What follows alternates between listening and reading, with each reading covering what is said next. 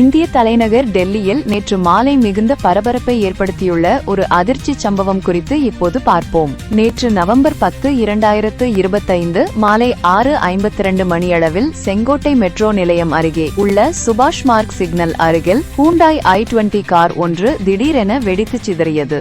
மெதுவாக நகர்ந்து கொண்டிருந்த இந்த கார் வெடித்ததில் அருகிலிருந்த பல வாகனங்கள் தீப்பிடித்தன. 3 பேர் அமர்ந்திருந்த ஓடும் ஹூண்டாய் i20 காரில் குண்டுவெடிப்பு நிகழ்ந்ததில் 9 பேர் உயிரிழந்ததாக அதிகாரிகள் அறிவித்துள்ளனர். மேலும் 20 முதல் 24 பேர் வரை காயமடைந்து மருத்துவமனையில் சிகிச்சை பெற்று வருகின்றனர். இந்த சம்பவம் குறித்து தீவிர விசாரணை நடைபெற்று வருகிறது. வெடித்த ஹூண்டாய் i20 காரின் உரிமையாளரான முகமது சல்மான் என்பவர் ஹரியானாவின் குருகிராமில் கைது செய்யப்பட்டுள்ளார். அந்த கார் பலமுறை பெயர் பரிமாற்றம் செய்யப்பட்டதாகவும் கடைசியாக புல்வாமாவில் தாரிக் என்ற நபருக்கு விற்கப்பட்டதாகவும் விசாரணையில் தெரியவந்துள்ளது.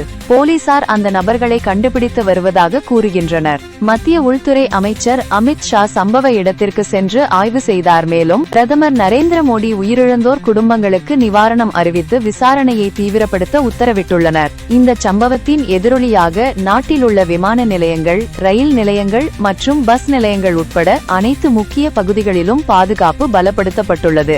வெடிப்புக்கான காரணம் குறித்து UAPA உட்பட பல பாதுகாப்பு சட்டங்களின் கீழ் விசாரணை நடைபெற்று வருகிறது.